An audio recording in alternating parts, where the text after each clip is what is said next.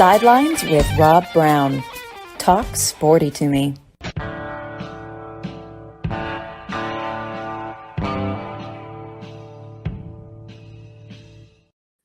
All right, Rob Browne here with you on this Wednesday college football basketball blitz. Got a lot to talk about today, man. Things are happening fast. College football, college basketball, it's all coming together. As always, we have a packed lineup. Start off lead-off position, batting first. Dudley Dawson, a 6'3", 211-pound sophomore from Newport, Arkansas, batting .373, a lefty. Also throws a 97-mile-an-hour fastball, has a great knuckleball and a great slider as well. Spends his time in the suburb of Balch, Arkansas, when he's not writing for hogville.net. He'll be on with us in the first segment. Second segment, Doug Dean, AU Dose, checks in from the Magic City. Lots to talk about. Always from Birmingham, home of the Southeastern Conference office. Just a lot happens there. Top of hour number 2, Johnny Ballpark Franks checks in from Nashville. 14,000. He's close to his 14,000th interview. And he's also interviewed more of the Heisman Trophy winners than anybody that's in the history of Heisman Trophy interviewers. He'll be on with us. Always great picture with Johnny Ballpark Franks, native of the Rocket City, the smartest city in Alabama, Huntsville. And in the fourth segment, Yancy Porter checks in. Rebel Yell Hotline. Check it out, 6 to 7 p.m. Monday nights, Sports 56 WHBQ out of Memphis, and Super Talk Mississippi all over the great Magnolia State. Man, there's a lot to talk about. When follow us on Twitter at @sidelines_live. All right, let's get started. First, Dudley Dawson. Dudley wrapping up football. We got, the February signing date, first Wednesday in February, is almost an afterthought. Now it really is, but the portal. So you got the portal going on until about the middle of January, this first 45-day window. But I want to go back first and just say we got there probably about 3:15. My cousins tailgate. They were there with the great folks at Simmons First Bank, and it was a lot of fun. God, there were a lot of Razorbacks there. And, of course, they're making a big presence over in Memphis now. And we got to the game in the first quarter. We were having a lot of fun out there. And we were on the Arkansas side, had great seats on the 50-yard line, 39 rows up. And then we moved over to the Kansas side with some friends, about 12 rows off the field on about the 40. Got to experience both sides of it. That's what a bowl game is supposed to be. A lot of people there having fun.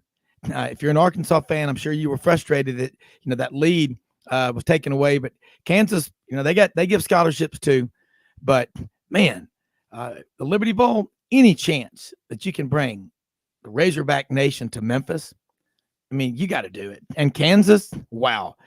And the Kansas fans were so polite. They go, oh, geez, that was a heck of an effort there by the defensive lineman. And down south, we don't really say it like that. It's like, what's that? Well, I can't say it. FCC will take me off the air, but that was fun, Dudley. And it was a great crowd. You just have to love the Razorback fan base, because they, no matter how mad they get, they still show up. Yeah, as a sports writer, I really enjoyed the game. I understand why the fans, got upset with all the points and giving up all the points in the second half and different things. I certainly had a lot of opinions about the refereeing as well. But I enjoyed it. It was fun. I haven't been from Northeast Arkansas. I loved going to Memphis, still do. So it was a good time. But man, it was. I had about 4 different story leads going on there as we went along, and it just it was fun. Now, for me. It was. And I think the fans, I mean, there was a lot going on too. The Liberty Bowl, our friend Harold Grader, the executive VP of the Liberty Bowl, and then the chairman, Steve Earhart, they've only got like 6 people in the office. They work year round. Of course, there are a lot of great volunteers, friends of mine like Jack Turner and John David Badur, the Touchdown Club in Memphis. And there's a lot of people that make that happen. But as a sports writer, I love you saying that, because I treasure sports writers. And I was talking to you, Dudley, in Memphis used to be a place called Tobacco Corner Newsroom at Poplar and Mendenhall.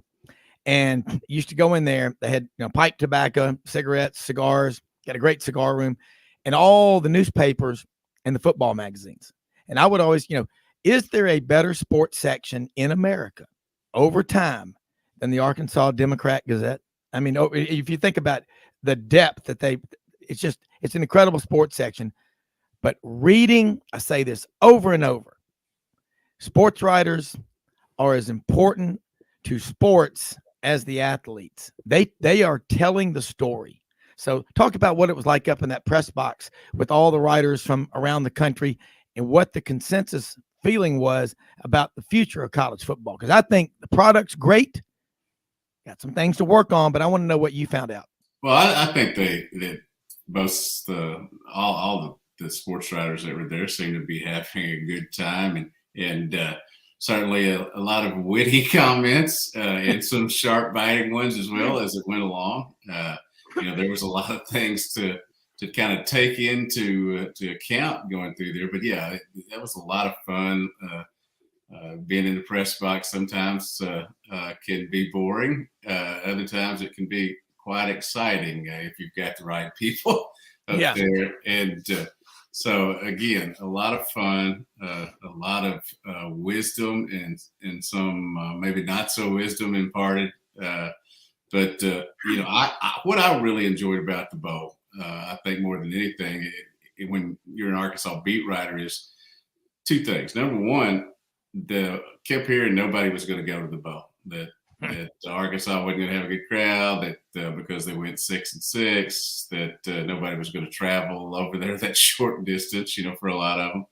But the great weather that day allowed, I think, the walk-up sales to be pretty good as well. So they had a good crowd there. Obviously, Kansas, and as you mentioned, the politeness, just enjoyed their excitement about turning things around and being part of the college football landscape and not just the college basketball landscape.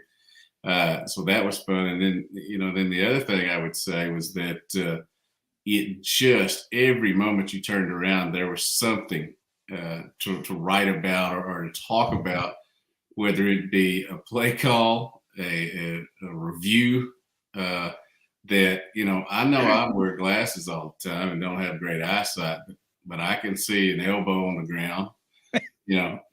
Targeting during the bowl season. I don't know what the heck that is anymore.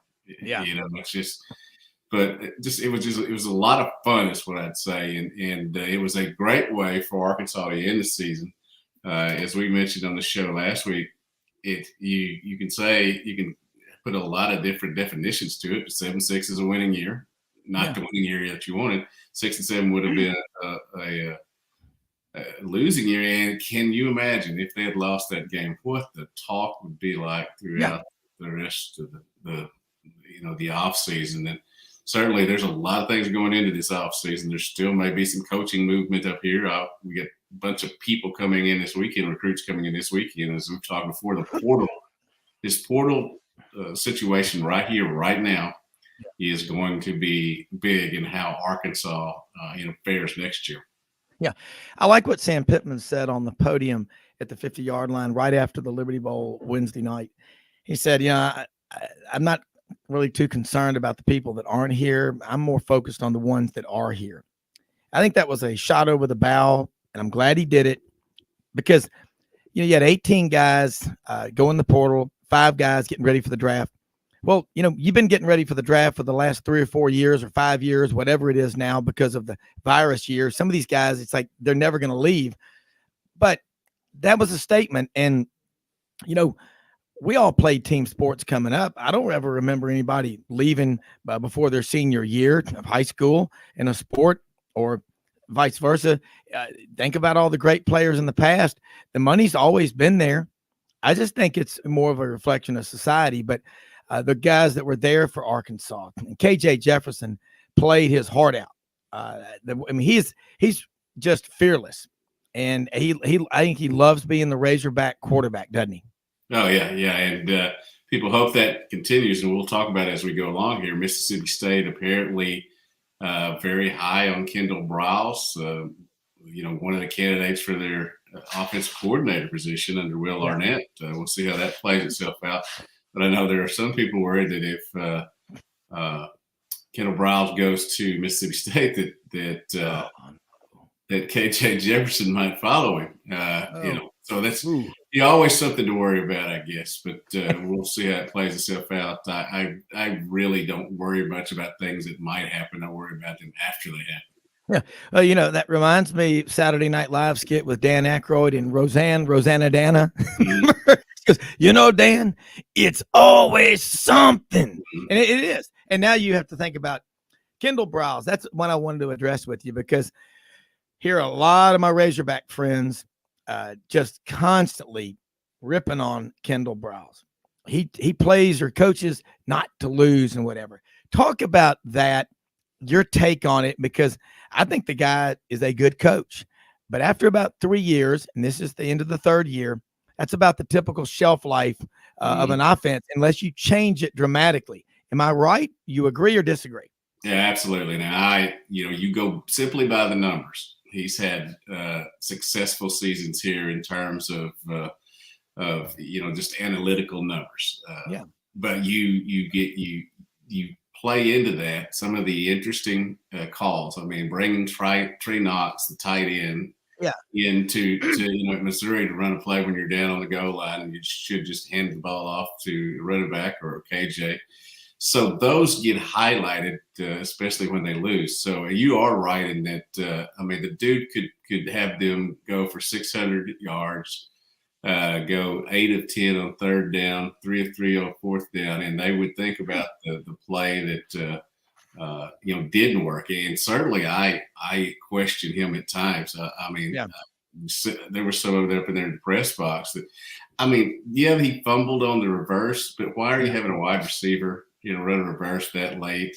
I know that Coach Pittman said everybody was sucked in and they were, drawing. Why don't you run it with the running back that's been doing that all the time? Like AJ Green or something. So I get it. And, my whole thing has always been be careful what you wish for, because the devil is sometimes better than the devil you don't.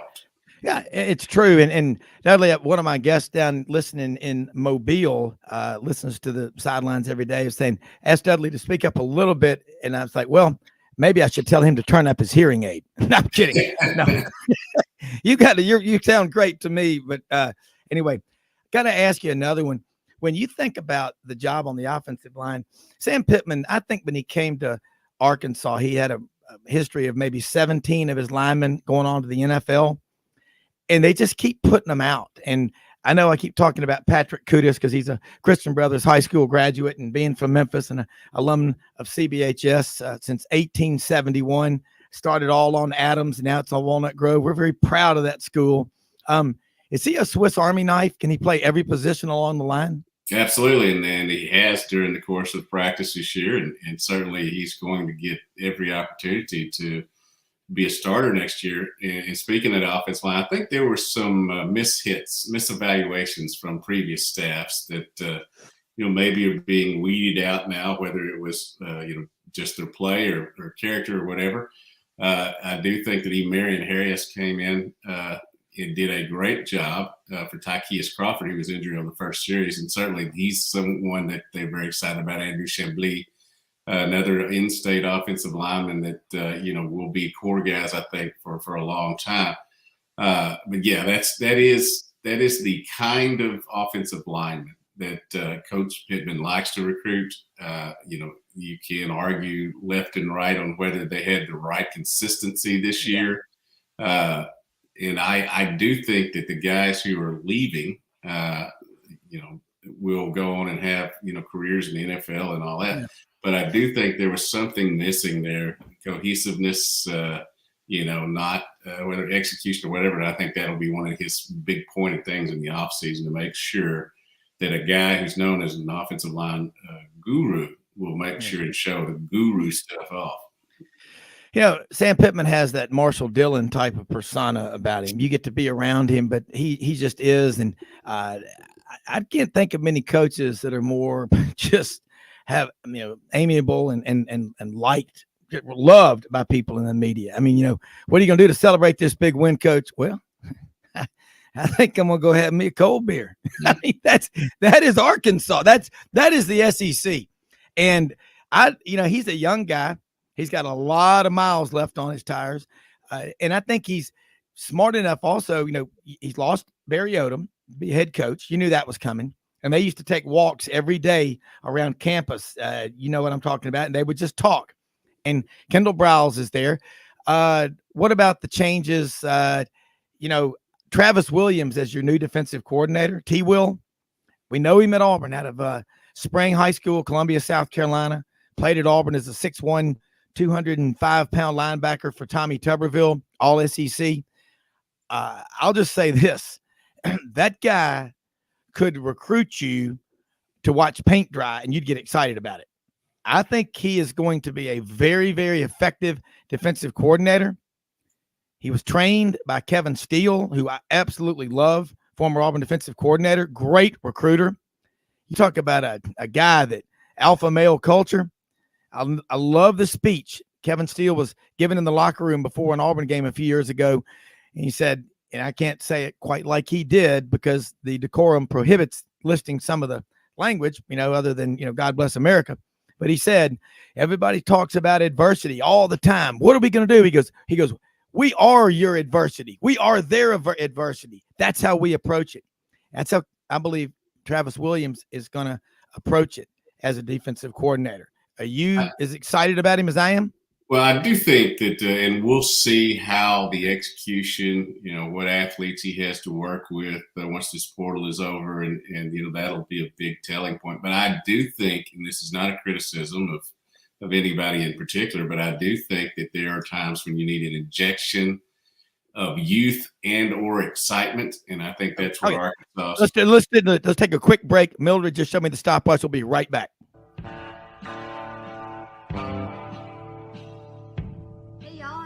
From Hewlett and Dunn, just coming to let you know about our new collection of boots. It's going to be our dress boots. They're the horsepower collection, and they're genuine exotic leathers and really comfortable. Comes in all different sizes and patterns, so come check them out.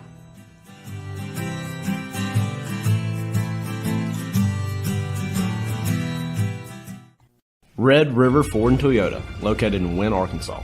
If you're in the market for a new or used car, truck, or SUV, call, go online, or drop by and see them. Located 45 minutes from Memphis, go off the 4-city exit on I-40 and go north about 15 minutes on Highway 1. Easy to work with and still believe in customer service. If you live out of town, they will deliver your vehicle to you. RedRiverFordToyota.com. Just see what they can do. Strengthen your seed zone this spring with quality tillage equipment from House Industries. Located in Cherry Valley, Arkansas, House Industries specializes in manufacturing superior equipment that will minimize your downtime and keep you working in the field. To ensure the highest quality control, all design, fabrication, and testing takes place in a 99,000 square foot manufacturing facility located right here in the heart of the Delta. Locate your nearest House equipment dealer online at houseindustriesinc.com. House Industries, breaking ground. Sidelines with Rob Browne. Talk sporty to me.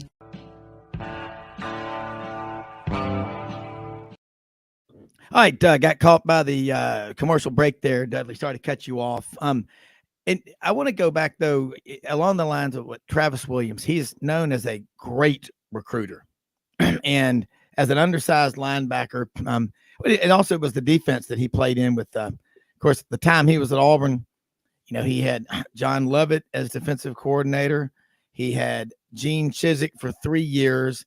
And 1 year he had Gibbs as his defensive coordinator. So but he's learned from some of the best coaches out there. And I think he's going to give Arkansas, open up a lot of doors in the deep South for recruiting. I think he's going to become, wow, that's a weapon, but I think he's a very good defensive coach. And I like that. So, and I like Barry Odom a lot. And I hope he has great success, where he is. And I think Sam Pittman, what I think maybe all these guys going in the portal, again, I can't stand it. I mean, it can be to your advantage, but where I have a problem with the portal, Dudley, and I can't help myself, is people that just aren't willing to sacrifice and fight through adversity. That's the problem. But of these 18 guys that going into the portal, how many of them, if they were being honest, is Arkansas going to miss? I know some of them, but name, in your opinion.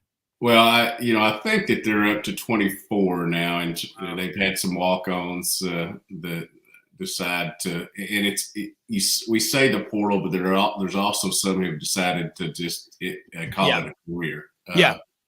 And so, I would say anywhere from 5 to 8, would have been key players next year. One of the things that I think some fans don't understand at times, and we've mentioned it on here, is that there are a lot of football programs now where scholarships, you have to turn it over. You have to bring people in from the portal, and you have to have spots to do that. So there are some talks at the end of the season where head coaches are saying you need to get into the portal or you need to find another place to play. I'm just going to be honest with you. They don't say we misevaluated you, but that's part of the things in there. Yeah. But I do think that having Marcus Wooten, the defensive back coming from Florida State, and having Travis Williams, both known as very good recruiters, are going to be key. Marcus Woodson is on the staff. I forgot at Florida State. I mean, at Arkansas. Yeah, he has hadn't been announced yet, but he's coming as the defensive back coach. Oh, I know Marcus. Mm. Oh man, that is he was the best recruiter on the Florida State staff.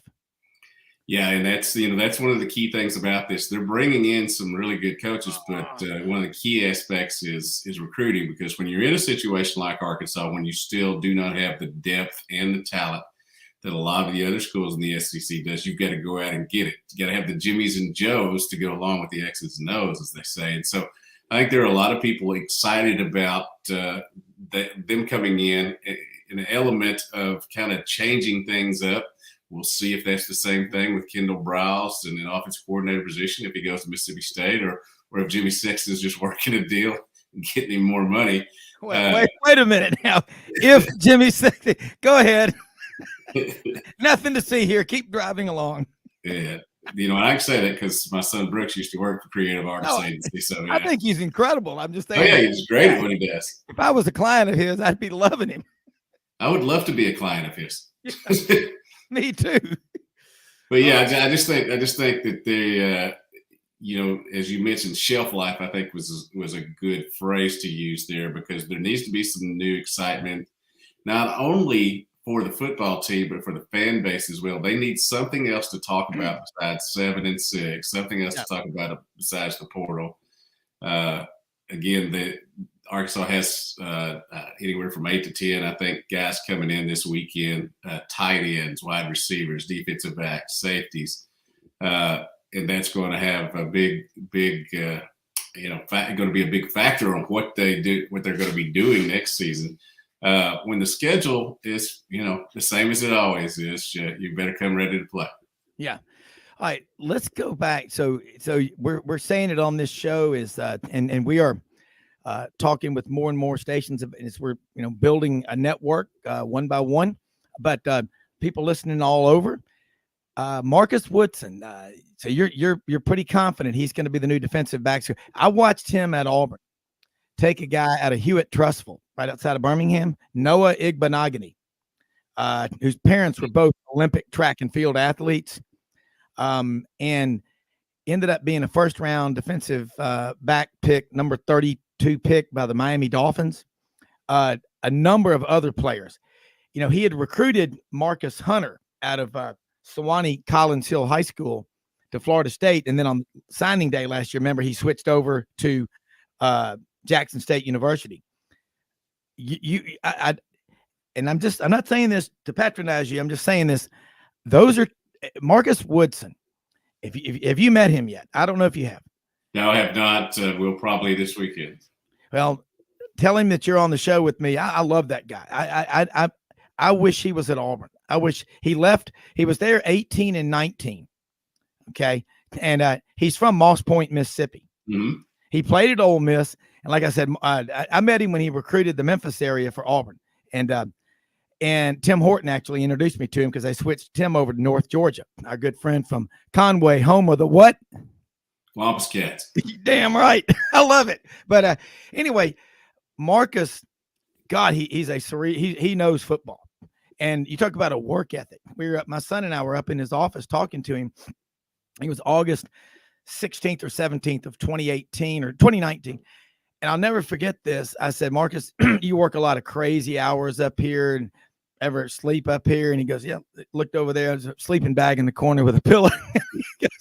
He has young kids, he is a phenomenal recruiter. But not only is he a recruiter, he's a great coach of technique and skill. And he wants to be a head coach. But I was talking to him about his days at Ole Miss. He said, I came in with Eli and I went out with Eli. And I said, well, did you know Patrick Willis, the linebacker out of Williston, Tennessee? He was the number 23 player in the state of Tennessee that year. He said, that's one of my best friends. Arkansas people, they know their football. I'm just telling you from Auburn, and I know he was at Memphis, Fresno State, Memphis, Auburn, Florida State, now Arkansas. Millsaps? Yeah, he was at Mills. Okay, because he's from Moss Point, which sent 37 players over a period of years to play football for Mississippi State University. I think Arkansas people, I mean, say what you want. Kendall Browse, he's not I don't know what they're going to do there, but what you've just done on your defensive. See, Marcus and Travis all coached together with Rodney Garner and Kevin Steele at Auburn. Watch out. Watch what happens in recruiting for Arkansas. Yeah, in these next couple of days, you'll see the official announcement of Michael Shearer being the defensive coordinator at ULB under Barry Odom out there, where obviously Bobby Petrino is the offensive coordinator now. And then you'll see the official announcement of Marcus coming here and being a part of this mix as well. And they got recruits in, got them in yesterday. I'm sure he's here and getting them. Putting his best foot forward, and two things that I'm told that both these guys are great coaches, both very personable, and then both are recruiters, and that's one of the big factors that was key in getting them here. Well, when you meet Marcus Woodson, like Travis Williams, everybody calls him T-Will, you're going to love these guys. They are Arkansas. I mean, this to me. Yeah, I am, because I want them so bad back at Auburn. Mm-hmm. They are so good. They are phenomenal recruiters. And they're both, again, two of the most personable people you will ever meet in your life. And when they connect with recruits, that is going to be rough. Dudley, we got just a couple of minutes left. In fact, Doug Dean, AU Dose down in the Magic City, Birmingham. We got a few more minutes with Dudley Dawson, hogville.net. Brought to you by Chad House and the great folks at ECS House Industries, located right here in the heart of the Mississippi Delta in Cherry Valley, Arkansas. Doug Dean, Dudley Dawson's telling me right now, not only is T-Will, and I saw Travis Williams on the sidelines at the Liberty Bowl last Wednesday, going to be the new defensive coordinator at Arkansas. Dudley's telling me now, another one of my all-time favorites from Auburn, who was at Florida State the last 2 years, is coming to Arkansas to coach defensive backs, Marcus Woodson. Doug, tell Dudley what you think about those two guys. I want them back. Well, yeah. First of all, Dudley, go Hogs! Y'all had a nice season, and I'm a Sam Pittman fan. I think if the fans will stay behind, and Arkansas, I think if nothing else, of Arkansas fans is above average in patience with a head coach. Maybe when you're in the firing line in Fayetteville, you see it differently. But I think y'all are headed in a great trajectory. So congratulations. It's a compliment to the Auburn University football culture and some of the players and coaches that had stints there to be hired by Sam Pittman. And I would tell you, I think the Auburn fan base, there was a segment that, if you start with T-Will, that would have loved for Travis Williams to come back to Auburn. He's such a high energy guy. He's got good mentoring. If the only thing going against him, he's a great recruiter, by the way, which is probably 80% of the game, if we're honest. Mm-hmm. But the only knock was, should Auburn be a school where we're at with our program historically that we take a risk on a defensive coordinator or offensive coordinator, much less head coach, that hasn't proven it at the very highest level. But I'm sure Coach Pittman has a plan to, give T. Will the resources and knowledge he needs to be successful. And then Marcus Woodson, I guess, start Robin with the recruiting. He's got some natural hotbed areas that he will get you in on, and Sam Pittman and those guys come in as closers. I think you'll see Arkansas's national recruiting rankings start to climb the ladder. Speaking of rankings, there's one thing I know. He'll come in and he'll make this pass defense better. You know why? Because they finished 131st out of 131 this year.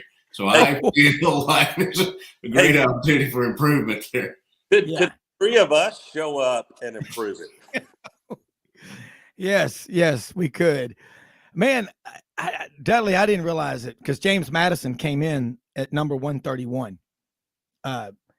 It's an incredible. And then the Kansas quarterback threw for 595 yards. Yeah, and of course it starts with a pass rush up front. But Dudley, look, man, I know you're going to be writing about it, but tell Marcus that Rob Browne said hello. I love that guy, and I got to talk to him a lot, and he's outstanding. And so, and then tell people again, you're going to have something about that in hogville.net, how they can follow you, all the great work that you do, and your Twitter handle, which is one of the best Twitter handles of anybody we have on the show. But Newport, Arkansas, raised, born, and bred in the suburb of Balch, Arkansas, farming. One of the best guys you'll ever have, Dudley Dawson. Thanks for being with us. I will actually be in Newport this weekend. They're dedicating the basketball court for Bill Ozier, mine and Charles Valentine, Theo Young's late basketball coach. So excited to be there for a couple of days. Hogville.net. We've reported along with sources from Brandon Marcello, who I think y'all know as well, that Marcus is coming here. That'll be officially announced up soon in the next couple of days. That's a big one. Hogville.net, and then Fearless Friday continuing to write basketball stories. We'll see a few basketball games this week as we go along here, and then my Twitter handle is Dead Sports, not DEAD, but DED, which stands for Dudley Eugene Dawson, which is why I go by Dudley E. Dawson. And you get all your Cardinals, Cowboys, and Celtics stuff there. Rob, real quick before we let Dudley go. Dudley, I know I'm going to like you already. Next time you come to the loveliest village, drinks are on me. I'd love to hang out. But we have to share the same initials, DD. And I got to say, the rest of us SEC fan bases could take a lesson from the Hog fans and not taking ourselves quite so seriously. To make my point there, they have message board handles like Sir Oinks a lot, Hideki Big Suey. So I love the Razorback fan base. Report me not. Report me not. God, Dudley, have a great week. Now, next week we're gonna get more into basketball. I know basketball is cranking up. I love it. We'll be talking about it. As long as you got Eric Musselman and the Fighting Musselmans are there, and the school starts back up there, I think the 16th of January. But Dudley, as always, we appreciate you taking the time to join us. It means a lot to us and to our listeners. Okay. All right. Sounds good, guys. All right. Take care. Doug Dean, man, I'm telling you, Dudley's telling me about Marcus Woodson coming up there. Of course, I saw Travis Williams on the sidelines at the Liberty Bowl last Wednesday. It scares me because Arkansas people, watch out. Yeah. Sam Pittman is bringing in some guys that can recruit. So that's what you got to have. And let's switch gears now, Doug. You do the AU dose, communicate with a lot of people. Let's talk about what's going on with Hugh Freeze and the change. The closed for business sign was taken out of the front window of the Auburn football complex when Hugh Freeze was hired, but it had been closed for business for almost 2 years. It's got to be, to me, it's refreshing. And as an Auburn alum, now I'm fair on the air. I love all these schools, but it's got to be given a lot of hope and optimism to the Auburn fan base. No question. And, I made a pledge, or I might break it a little bit if I can get away with it, that I would only take through the end of 22 to deride Brian Harsin, who certainly before Auburn he had a moment or two at Auburn, that LSU big win, which had a lot to do with Bo Nix on the road, winning, came so doggone close with more than one overtime against the mighty Crimson Tide. I wish he had gone for two when they first got in the end zone, just like Brian Kelly was smart enough to do this past season. If you get one play shot to beat Alabama, you ought to consider taking that one play and roll the dice. But so wish Brian Harsin and his family well. I'm going to move past the, obsessing about his failures. Let's suffice to say, his vision of how you run a program in the Deep South was misaligned, putting it mildly, with what you really, in fact, have to have. Fortunately for Auburn, Doug, let me do this. Mildred just gave me the signal. We got to take a break. We're going to come back. Yeah. I want to come back, and I want you to pick those thoughts up after the break. This is Wednesday's college football basketball blitz on Sidelines, and we'll be right back with Doug Dean in Birmingham. Hey y'all, it's Ainsley from Hewlett and Dunn, just coming to let you know about our new collection of boots. It's going to be our dress boots. They're the horsepower collection, and they're genuine exotic leathers and really comfortable. Comes in all different sizes and patterns, so come check them out.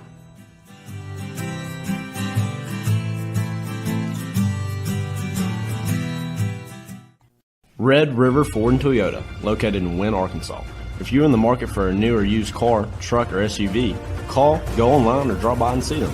Located 45 minutes from Memphis, go off the 4-city exit on I-40 and go north about 15 minutes on Highway 1. Easy to work with and still believe in customer service. If you live out of town, they will deliver your vehicle to you. RedRiverFordToyota.com.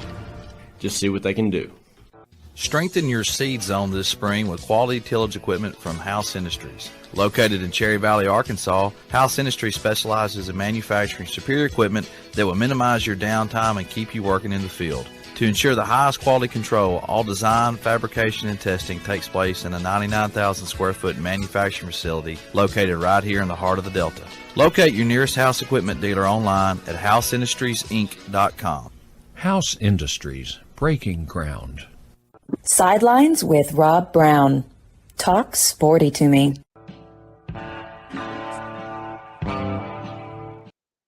Doug Dean, AU Dawson, Birmingham, back after the break. Pick up the thoughts that you were beginning to convey to our listeners before the break. You were on a roll. I wasn't on a roll, but before I do, Rob, I gotta have a programming objection. You're a good-looking man. I'm sure Audrey would vouch for you on that, Rob. But shouldn't you be required on the web page everyone's staring at to use a photo that's a little later than when you were a Sigma Nu sitting in the end zone at Auburn? That was just taken not that long ago. No, well, good on you. Sure, Audrey smiles at that. Anyway, I had to poke. Mildred's over here in her moo with a hair of critique and everything like that. Well, anyway, back to where we're at. Fortunately, and I'm so big on fit in any important leadership hire. I think it's talked about. People throw that word around. I'm not sure a lot of people really at a deep level. Not that I'm some authority, but I do that in my day job. The notion of really knowing your culture, your unique strategic landscape, and your right competitive threats. The classic SWOT analysis. And then making sure your hire comes as close as you can to that fitting, so those aren't disruptions and distractions. And I think I got excited about Lane Kiffin. Who wouldn't? The guy's a genius in football. There are probably some Ole Miss fans that are saying, these fourth down analytics calls don't look genius to me. They look genius when they work, though. So it's Jimmy's and Joe's. But I think in terms of fit, when I step back from it, Auburn, I think it's not fair to use the phrase dodged a bullet. I mean, Lane Kiffin's a great hire for anybody. He's going to do great things. But I just don't think he comes remotely close to the fit, as it turns out very early here, that Hugh Freeze is a fit at Auburn, and he seems to be making the moves that do not create divisiveness, factions from our money guys, the athletic director, other power bases. I think we are as close to being united and on the same page, rowing in the same direction, Rob, than I can remember in a long time.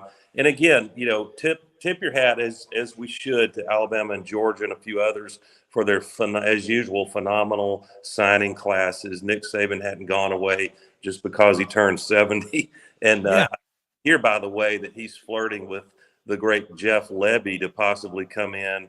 And if Lebby comes to Tuscaloosa, we got a problem on Houston. We've already got a problem with Alabama if you play them, but that would be kind of a new threat, putting it mildly. So back to Hugh Freeze, he is being nationally acclaimed for the incredible job in a 2 or 3 week period he did with getting Auburn up into the top 20, let's call it 17th or so ranking. And the important thing is meeting some needs. We loaded up on offensive linemen. Jason Caldwell can comment at a deeper level on each of those players. And now the big thing is going to be working the portal. Yeah. And the portal giveth and the portal taketh away. And right now, it's a little disappointing that we haven't landed a quarterback that's kind of a plug and play. The kid at Coastal Carolina is now going to stay there, I think, of necessity, Rob, because of progress toward degree issues. You would think kids would know that and have good advisors before they enter the portal. But I think in the next 5 to 7 days, I think you'll see Hugh Freeze have a kid visit, a quarterback visit, bring him in. And we've already got, Robbie Ashford. It makes you nervous if he's the guy because you're making a big bet that he can become more competent and accurate throwing. Don't forget Holden Gariner, and they brought another kid in that's a freshman, so I'm sure they would rather develop a young kid like that. But I do think we're going to get a portal quarterback. Need some linebackers. There's a linebacker or two, I think, visiting this week or next weekend. So the portal activity now, Hugh Freeze needs to show that he can really meet needs, which is probably, Rob, as many as 15 to 20 new players coming in out of the portal. Well, you're going to use the portal. Everybody knows it's out there. But I was just thinking about something yesterday. Michael Pratt, quarterback of Tulane, and a friend of mine knows his brother. And Michael Pratt wants to stay in a school in the South where the weather's nice. Well, I don't know if he has his degree from Tulane yet, but he's Michael going to stay at Tulane, but you've heard that before. Yeah. But if I were him and I could get a degree from Tulane, I don't know what his degree is going to be in. Boy, that's powerful stuff. Charter member of the SEC, along with Sewanee and Georgia Tech. They can come back anytime if they want to. I don't know if they're true, but Pratt I'm sure he knows that the scenery is really nice in Lee County, Alabama. It is. And, a little bit more pressure. But Franz Beard, GatorbaitMedia.com, was on the show with us yesterday and pointed out the significance of that Tulane victory over Southern Cal in the Cotton Bowl. Huge. Yeah. In the last 60 years, Tulane's won 262 games. Southern Cal's won 563. That was huge, and that was good for college football. But again, one thing about Hugh Freeze compared to Browne Harsin. Browne Harsin, I remember asking him this question. I met him, one time. I said, "You like hunting and fishing because you are in, the most target-rich environment for hunting and fishing and stuff. One of the most target-rich environments for hunting and fishing in America." He goes, "Nope, I like drag racing." I was like, "We got trouble, Houston. We have a problem." Rob, you call it fishing pole, which drives me crazy. It's a fishing rod. I didn't call it a fishing pole. Who called it that? No, I'm out did Harsin. That's a dead giveaway. Oh, yeah, that's a dead giveaway. Or if somebody's down on 30A on the Panhandle in L.A., Lower Alabama, and they call it the ocean, they're a Yankee. That's like, that's just like, everybody's bouncing the ball up in the air, at a game, big, huge beach ball. And then some, fun sponge gets it and pops it or holds on to it. But thinking about all that and looking at the big picture, Hugh Freeze loves bass fishing, hunting, all that stuff. Deer, duck. I got a great picture of him with a huge bass. I don't know where he was fishing, but I know a lot of people in Memphis that know him. And he absolutely, I think he was sort of like starstruck at first press conference he had at Auburn. But I think he's going to do well. He loves what he's doing, doesn't he? He loves interacting with the fans and the recruits and the moms and the dads and the families. Yeah, and you've got to give him a body of work, a sample size of the 23 season, and I think most Auburn people understand where we're at with the roster. We're playing with one hand tied behind our back the first year, a little bit. I mean, no excuses. Go out and try to win, but you'll be, even in a close loss, some of the games next year, you'll be able to tell, is the trajectory competent football? Do we look like we have a plan on both sides of the ball? Our players, I'm especially going to watch strength and conditioning, Rob. What is the philosophy of that? And does it match with the style of play he's trying to create, which is a source of controversy? But I think Hugh Freeze has a little bit of preacher in him. In this case, I mean that as a compliment. I don't always mean that as a compliment. Yeah. I think that can play well with inspiring his team, communicating what he's got. A lot of I can guarantee you he's an extrovert. I'm not. I think Rob Browne clearly is, but he's I think he will naturally connect with fans, whereas I can guarantee you that Brian Harsin is very much more introverted. Yeah. With his own private time, would rather just go study film and play ball. He probably hates recruiting because that forces you to really connect with people if you're going to close on some of these great kids. So I think the trajectory is great. By the way, what it may have lacked in splash, the more I study it, I really love these two coordinator hires. They've both been at the highest level. They both have decades of knowledge and experience. They've pretty much seen it all. It won't be perfect. We need to go get some linebackers, or Roberts is going to have to do some things creatively on defense. Like, by the way, you saw it, and I want to comment in a minute if you got time on Gary Patterson.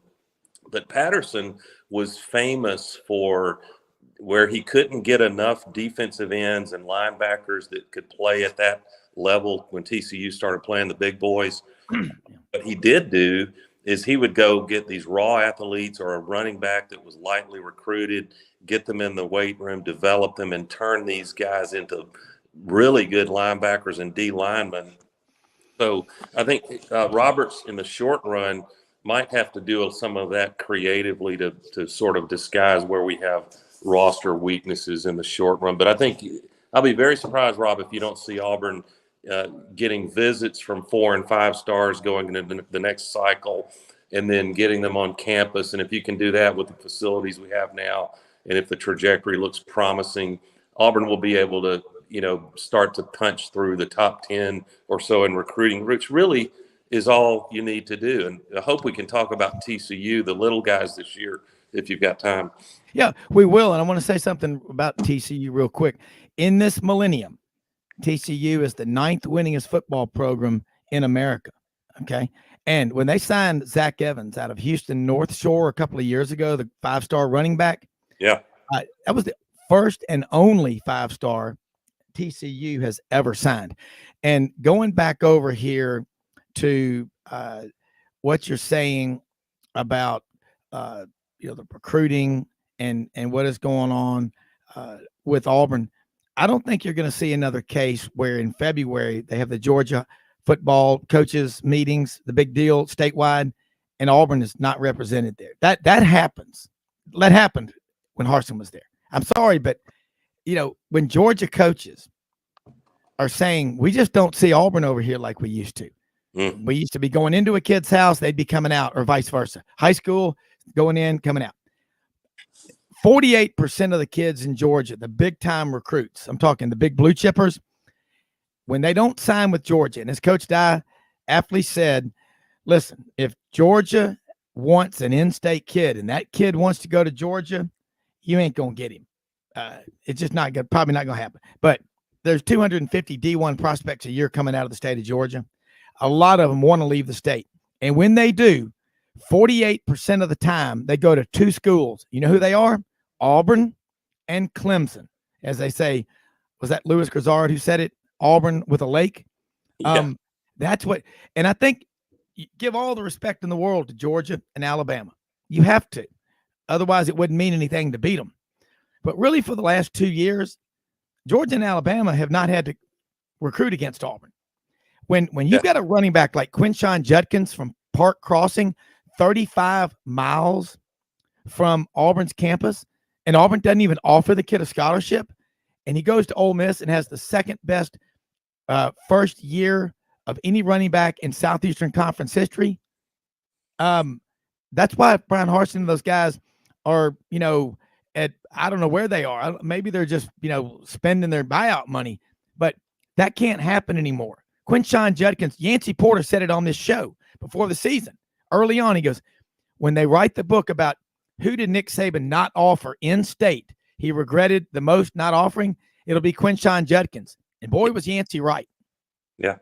Let's talk about, and it's probably not the best term because it's not flattering to schools that are trying to rise up and be playoff contenders every year. I'm speaking in this case of Texas Christian, TCU. But, I realize that Gary Patterson fell off at the end. That's why you make a coaching change. Yeah. But I still think it's unfair not to footnote in the kind of modernizing and creating a competitive culture and program, which starts with talent and is helped by great coaching. But what Gary Patterson did, you look at TCU, and the reason I love this 12-team playoff that's coming is it brings some what I call romance back into all of this. You've got the possibility of the playoff committee bringing a smaller, not a blue blood program that give them an opportunity. Who cares if they're the 12th seed, but they've got a shot on the field to show what they can do. No, not many people were picking TCU over Michigan, but look at the TCU program. Rob, shocking. Just look at their Texas series from 1968 through 91, 24 straight Longhorn wins. And then the series stopped in 96, and when TCU was able to join the Big 12 conference and started being required to play Texas, I'm sure to the dismay of the Longhorns, TCU has beaten Texas 7 of their 10 matchups.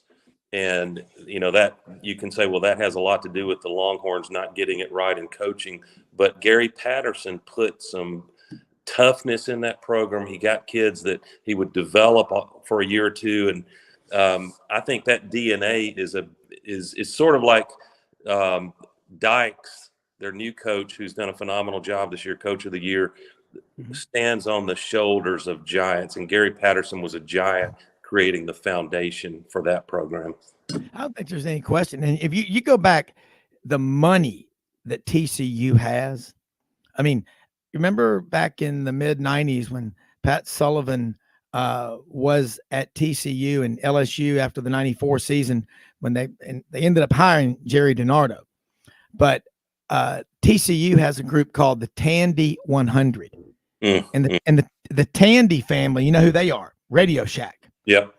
But there's a lot of money out there. And you got the Stockade and the cattle, run down in downtown Fort Worth every week. It's Amon G. Carter Stadium. Very popular school. A lot of Memphis kids go there. Kids from all over the country. And you're right. They put $100 million into that stadium too, didn't they? Yeah, they have a lot of money. And I just think you're right. TCU, you know why they're so good? Because they have to come from behind in so many of their games. They keep winning them, and it's almost like they need to get behind. It's like being a sixth man who's better coming in off the bench. Rob, do we have a second to circle back to that scary and tragic injury Monday night? Yeah, we got about a minute before the break, and then we'll come back and talk some more.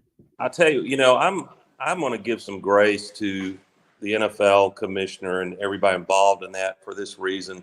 It's only that, potential risk of fatality on the field, not hauled off. There's a lot of spinal injuries that are terrifying, but they just haven't had a dress rehearsal for what to do in that situation. So I think in the end they were prudent to postpone the game, but I couldn't help but think the tough spot that all of these sports, yes, it's quote, just sports, but there's also a lot of advertising dollars. It's big money and television money And I trust the NFL will think through scenarios.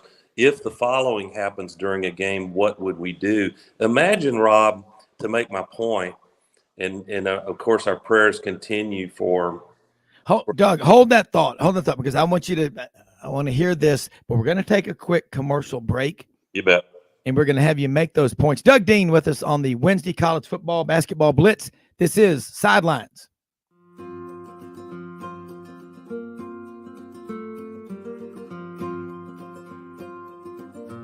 Hey everyone, my name is David Wisdom. And I'm Shelby McNeil, and we're attorneys with Haggard, Cleveland, Pierce, Thompson & Short, your local Auburn law firm. Established in 1959, right in the heart of Auburn, Haggard, Cleveland, Pierce, Thompson & Short has grown in response to our clients' legal needs. We're a full-service law firm focusing on the legal issues our clients face. We take pride in providing our clients with exceptional legal services, ongoing communication, and skilled representation. If you have any questions about our services, please give us a call or visit our website today.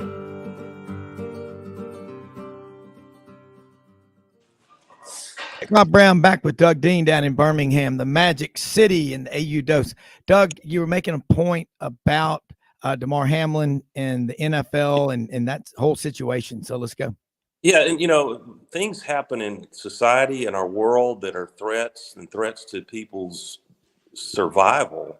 Yeah, it's a bad comparison. It's not a comparison at all. But when the pandemic came for a couple of years and longer, it raised questions about, do we keep playing sports? And of course, it was split regionally on how people feel about that. But obviously, all of our prayers for Damar Hamlin, his family. I think he's still in critical condition. Hopeful he'll pull out of that. But I guess stepping back from that, I can't criticize the NFL's move to postpone Monday night. I think it was getting late in the night and hearts were heavy. It wouldn't have been fair to the two teams probably. But imagine, Rob, if you had an injury like that, God forbid, that was happening during a Super Bowl. And it's in the first 5 minutes of a Super Bowl with all the logistics and advertising dollars. What would you do? On a Monday night game, they postpone it. Would you postpone the Super Bowl? I doubt it. Yeah. So I think the NFL is going to issue a statement working with the Players Association. If the following happens, we'll make a judgment call, but all things being equal, we may also postpone any game, not just a regular season game. Well, Doug, you know the healthcare industry, a lot of doctors, son-in-law is a neurosurgeon. I mean, I don't like it when we hear that ESPN, okay, how many times can, Scott Van Pelt and Adam Schefter and Marcus Spears and all go over and over and over about the same situation? They needed to depart. There's nothing else they could say. But I was so glad to see on national TV, it wasn't our thoughts are with, it's our prayers are with Damar Hamlin. We're praying for him. We're not just thinking about it, we're praying. I thought that was powerful. That's not symbolic. That's real. And it's as Father Sachi at St. Louis said one time in Mass, I love that man. And he said, we need to get out of the habit of just asking for things and praying when we need something, like going to the grocery store to get milk or bread, and focus on having a constancy in prayer. And I hope and I pray for Damar Hamlin. That picture of him and his mother. I got a 24-year-old son. He doesn't play pro football, but I got 4 kids. You got 3.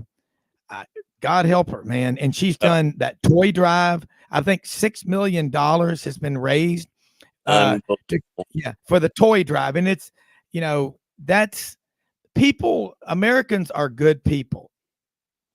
And this is obvious by the reaction here. And let the doctors explain to us what's going on. I think it puts a lot of people in shock.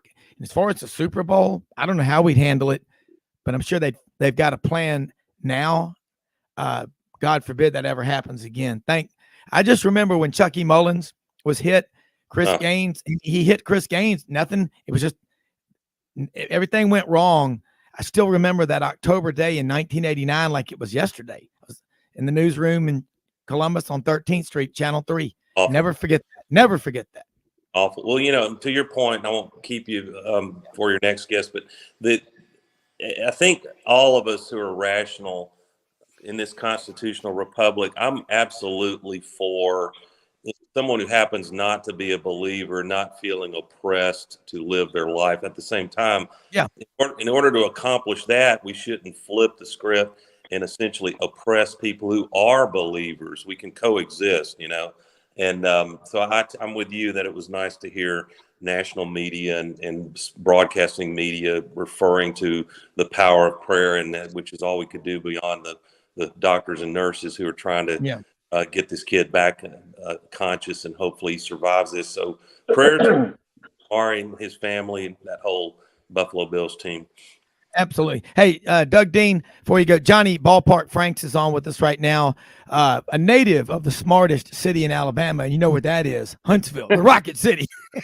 But Johnny, Doug, I don't know if you've been on here with Johnny before, but Johnny Ballpark Franks worked when he was younger for my friend Dave Cody, who was 36 years sports anchor at Channel 7 in Austin, Texas. Great friend of our show. And I've known Dave since August of 83. Went to Jeff Davis High School in Montgomery, had an older brother, Bill Cody, was an All-American linebacker at Auburn. And I think Johnny used to work for Dave back in the day doing scores, $10 a week. Johnny, say hello to Doug Dean of the AU Dose in Birmingham. Might want to get him on your show sometime. He's fantastic. Yeah. Hey, Doug. Yeah, it was back in the days when I didn't want to flip hamburgers when I was 13, and I was going by a stadium and I saw a high school score. I knew a radio station needed one, and I turned that actually into a nice business. I was working 10 hours a week, making $300 a week at the age of 14 back in the 70s. So you can think about what kind of money that was then. Wow. Because nobody had access to the scores back then. It's not like today with social media and cell phones. And so I had all 3 TV stations on board. I had the wire services on board.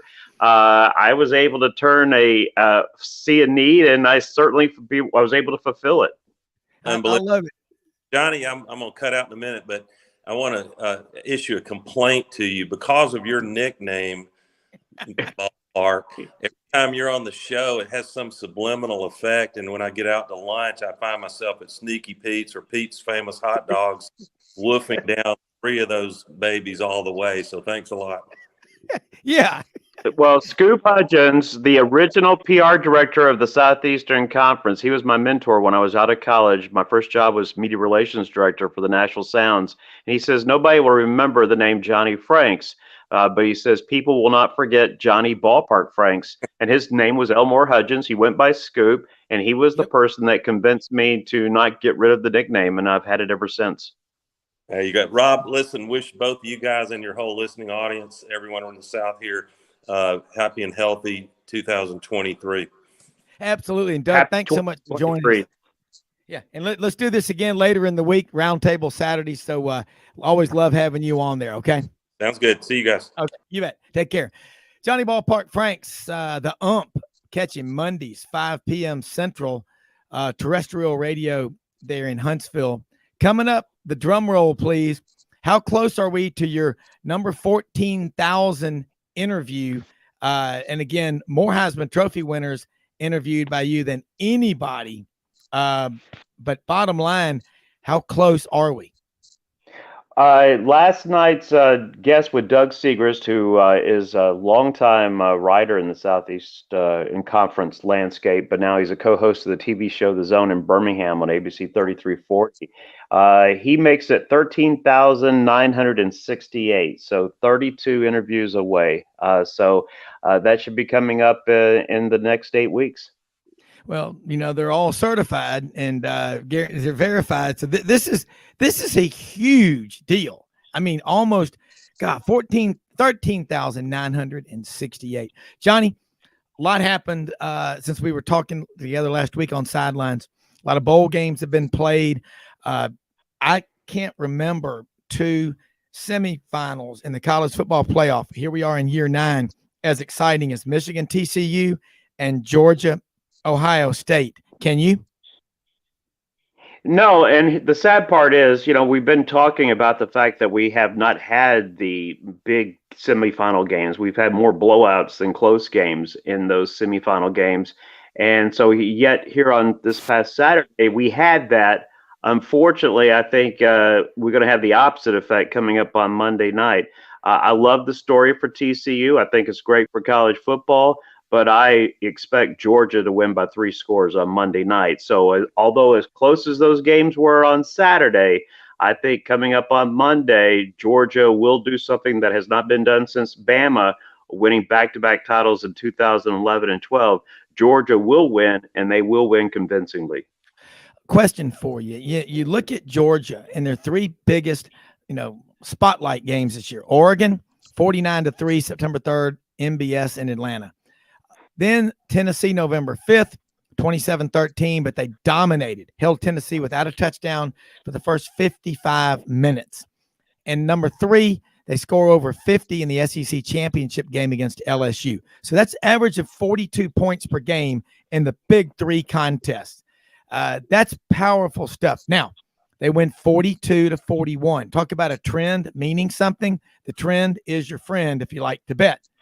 So all that being said, Georgia gave up a lot of points to LSU in the 30s, gave up 41 to Ohio State. How do they do in a track meet against TCU? Because TCU is known for getting behind and storming back. They don't think they're ever going to lose a game. And that's all great until you run it up against Georgia. And exactly.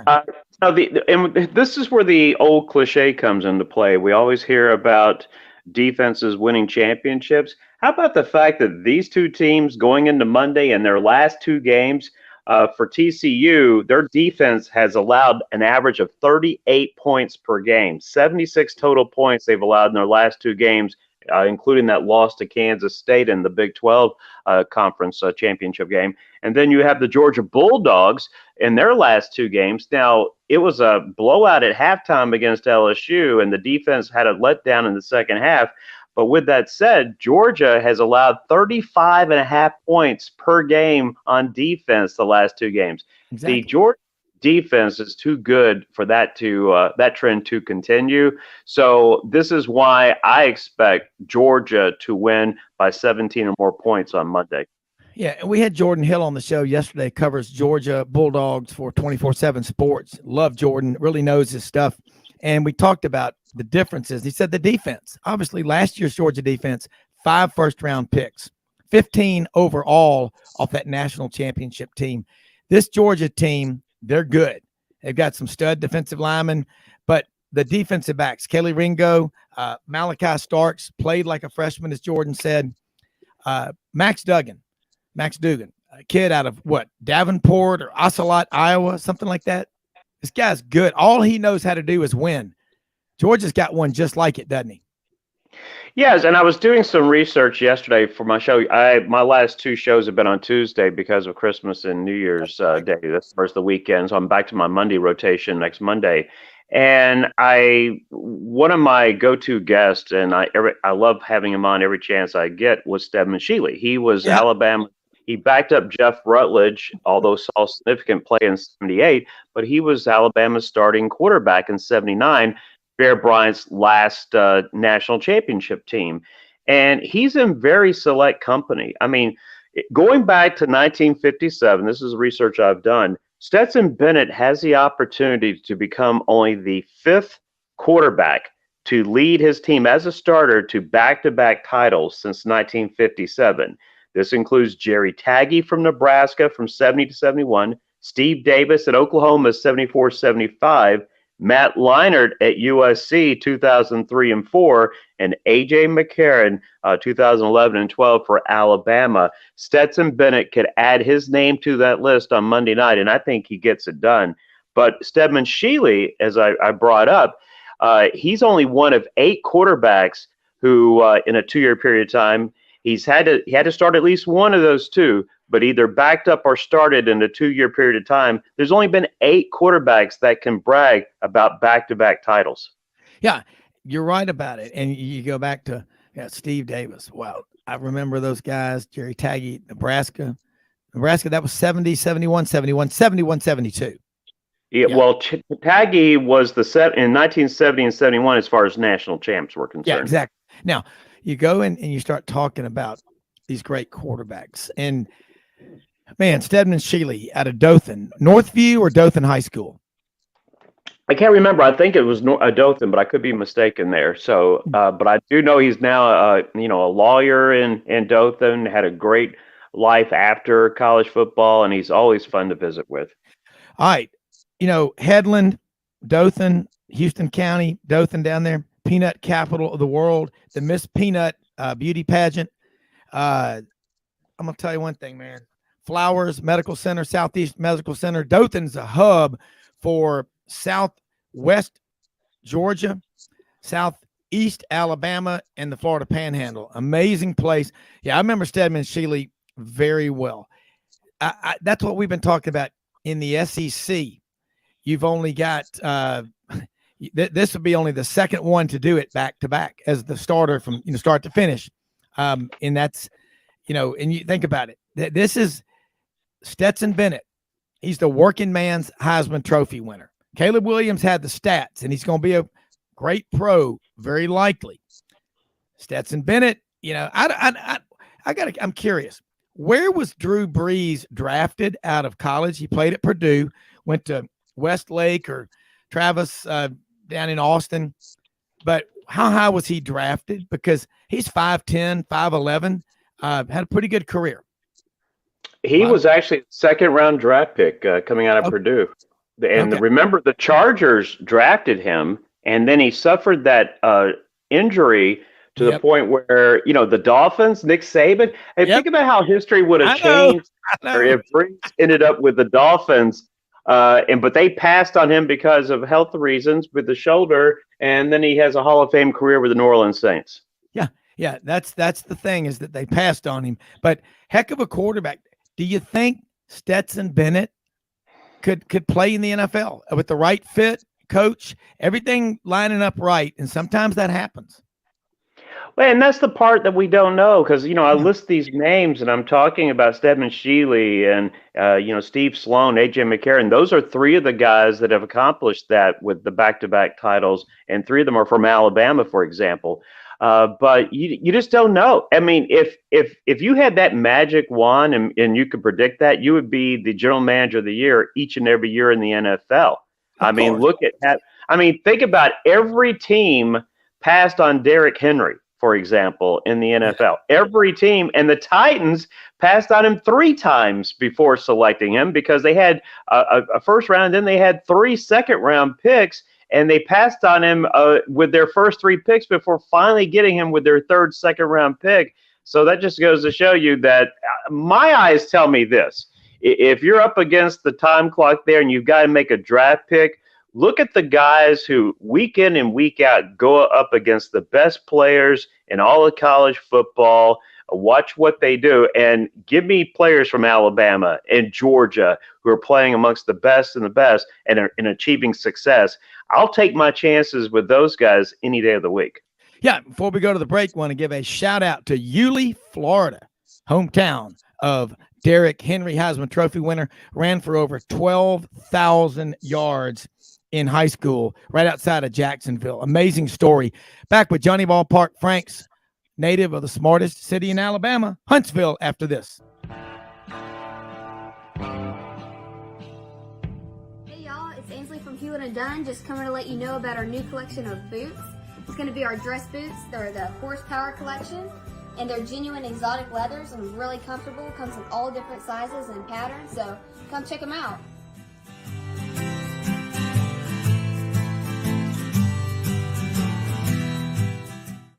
Red River Ford and Toyota, located in Wynne, Arkansas.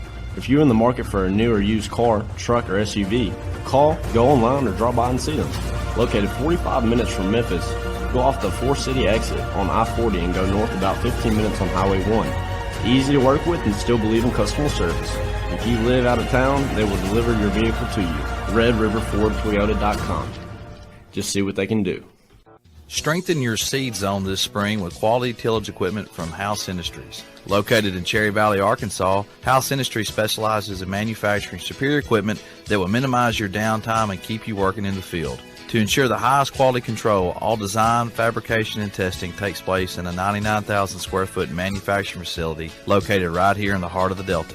Locate your nearest House equipment dealer online at houseindustriesinc.com. House Industries, breaking ground. Sidelines with Rob Browne. Talk sporty to me.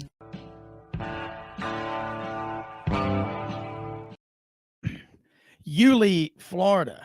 Again, hometown, Derrick Henry, Heisman Trophy winner. Is he 6'3", 6'4"? He's faster, but he's tall, like another great running back that played at Auburn, finished at Southern Illinois. My friend Will Justice, I worked with at Duncan Williams for a long time, was the starting center, All-American on Southern Illinois University over there in Carbondale.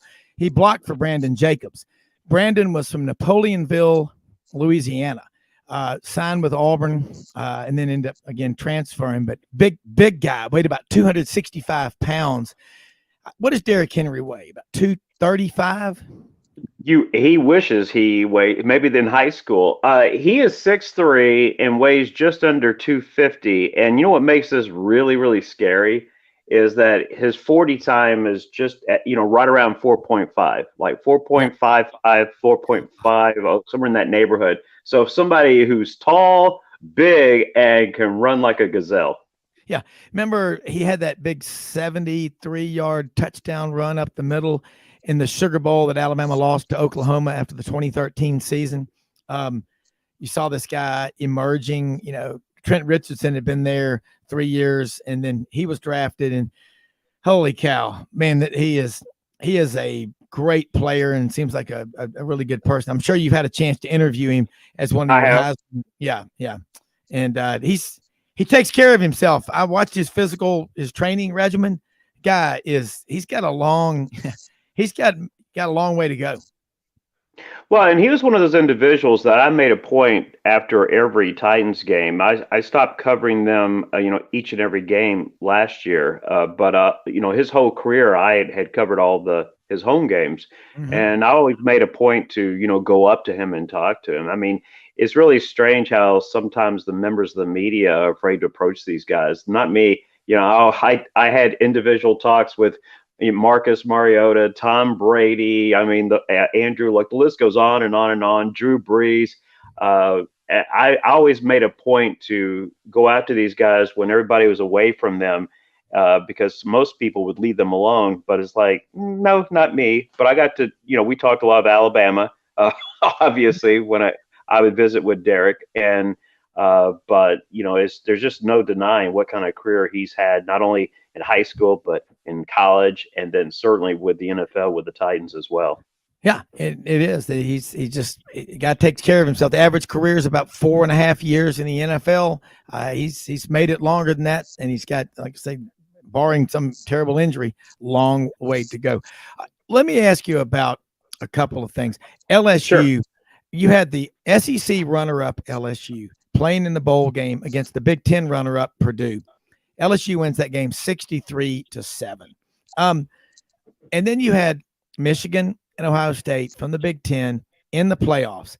And both of the games, trust me, they went down to the absolute ending. All right. So it wasn't like they were both beaten, 41-7. But the SEC, week in and week out, you're playing a tougher schedule. But I think the second best league in the country this year, besides the SEC, was the Big 12. I think people are they're discounting TCU and the mental toughness Sonny Dykes and that team have. And, you've got Rocky Balboa out there, Max Duggan as your quarterback. Not that Stetson Bennett isn't tough. I think that game's going to be closer than people want to say. I felt last week, my prediction was Ohio State would jump on top of Georgia early.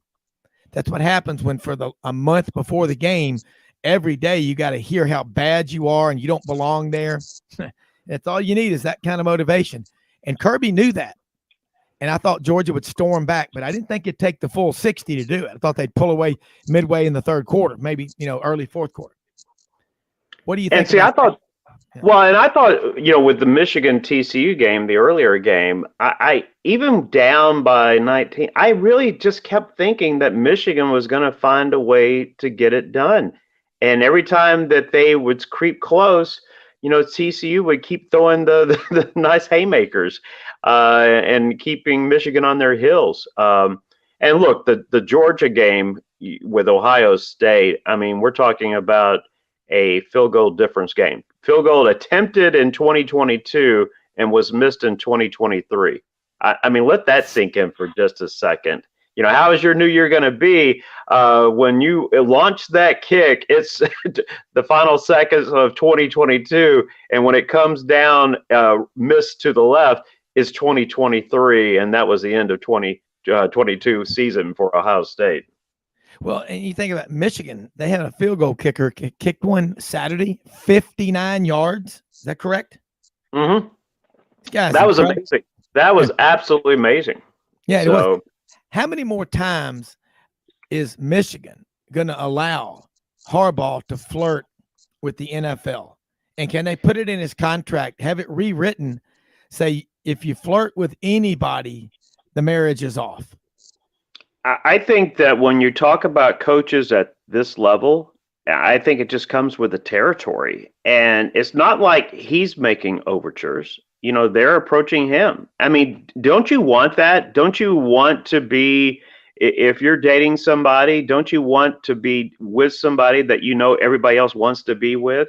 I mean, that's just human nature. And if you're a program, that's telling you that, hey, you've got the right guy. You've got a Michigan guy there as your head coach as well.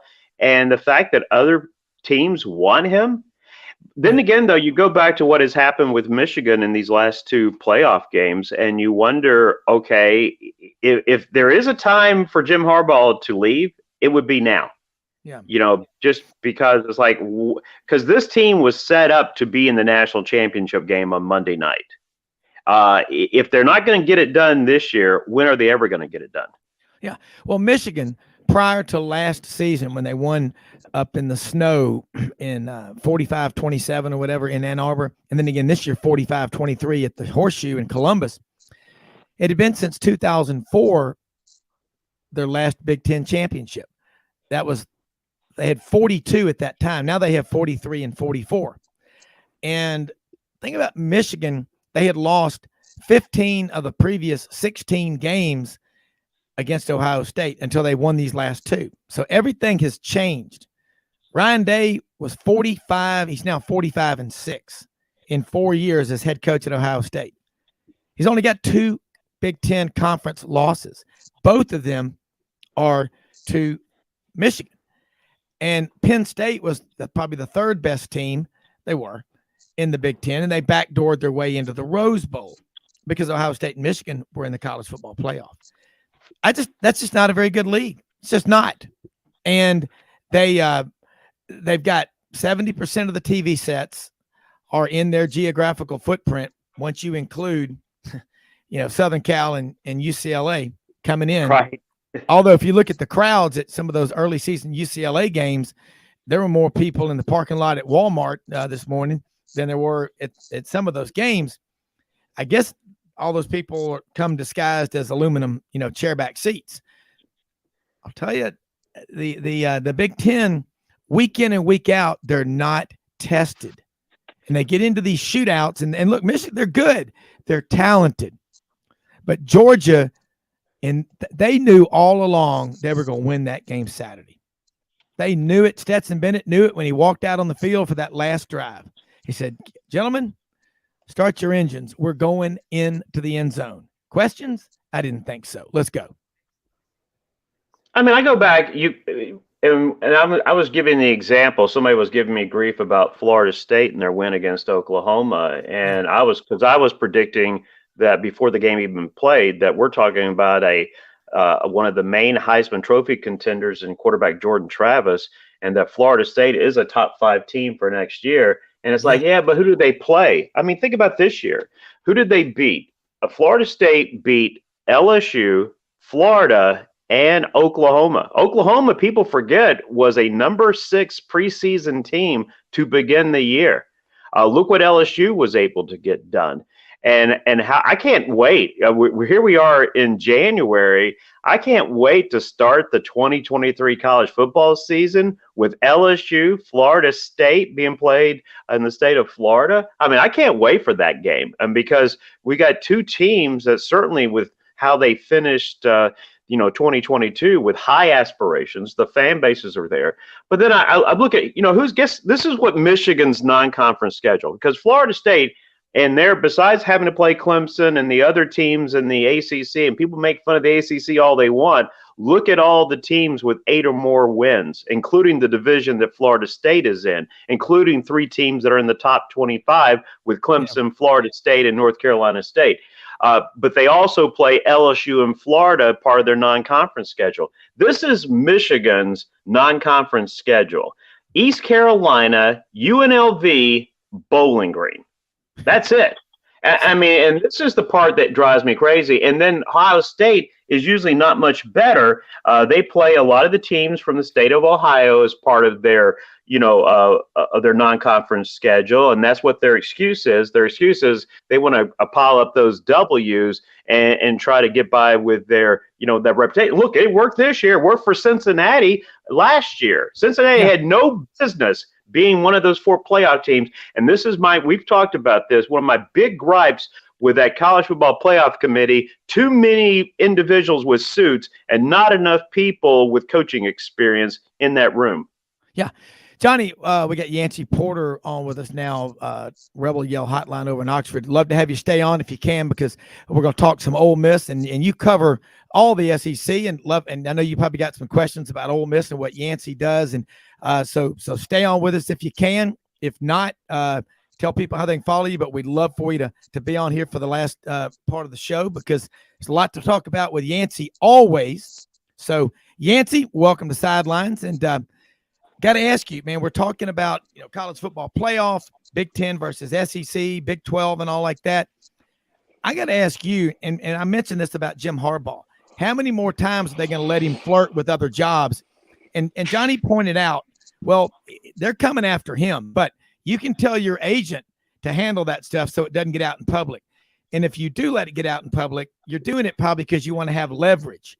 Remember, he cut his salary in half to stay at Michigan and he gave that money to other, coaches or what have you during the virus times. It's not like Michigan doesn't have money. They've got a multi-billion-dollar endowment. But with Lane Kiffin, and I agree with Johnny, the big-time coaches always are going to be pursued by other people.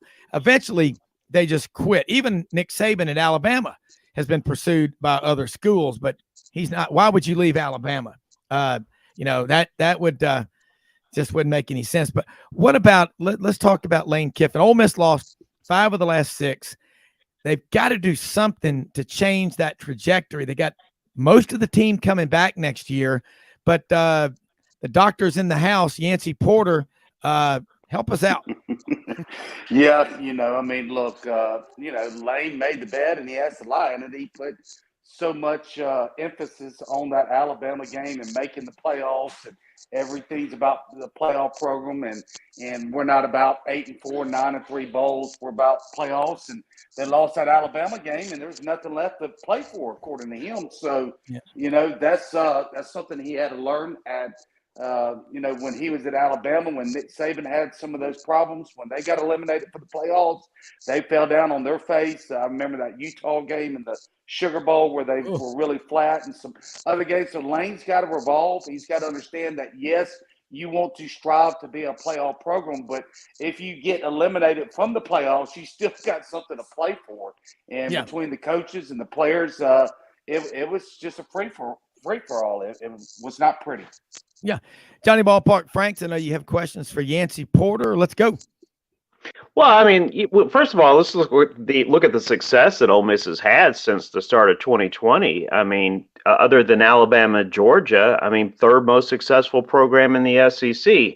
The problem is it did look ugly at the end for Ole Miss, and with Auburn flirting with Lane Kiffin and vice versa And the players, this is the part that most fans don't get. But with these 18 and 22-year-olds, the emotions are so high with these individuals. Everything, from breakups with girlfriends to problems with the classroom, everything is magnified for these individuals.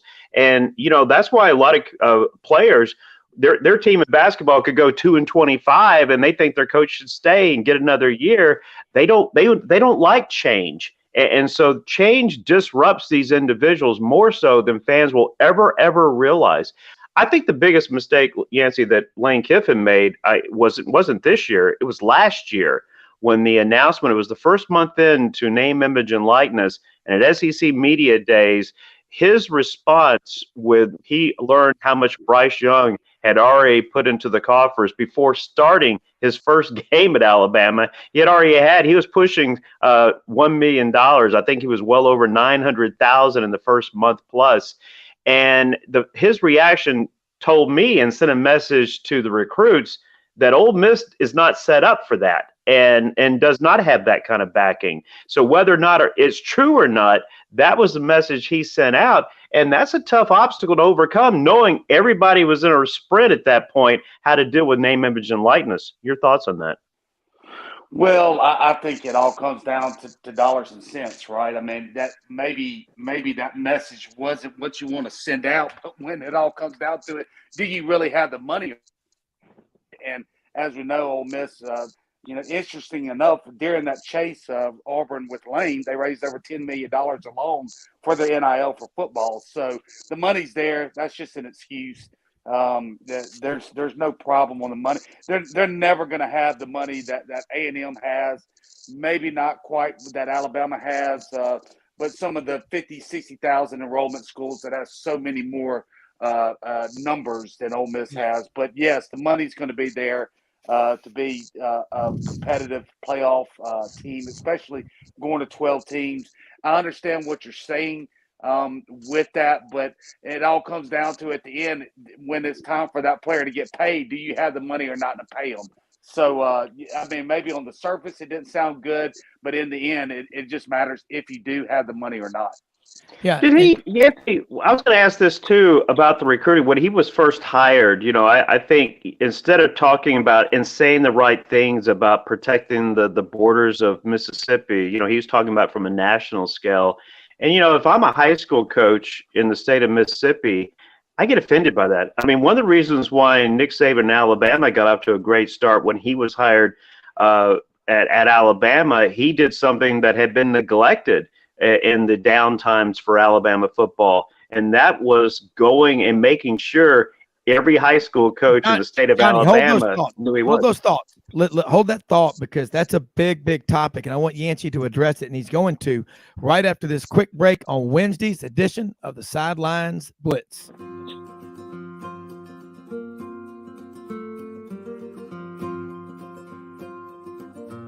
Hey everyone, my name is David Wisdom. And I'm Shelby McNeil, and we're attorneys with Haggard, Cleveland, Pierce, Thompson & Short, your local Auburn law firm. Established in 1959 right in the heart of Auburn, Haggard, Cleveland, Pierce, Thompson & Short has grown in response to our clients' legal needs. We're a full-service law firm focusing on the legal issues our clients face. We take pride in providing our clients with exceptional legal services, ongoing communication, and skilled representation. If you have any questions about our services, please give us a call or visit our website today.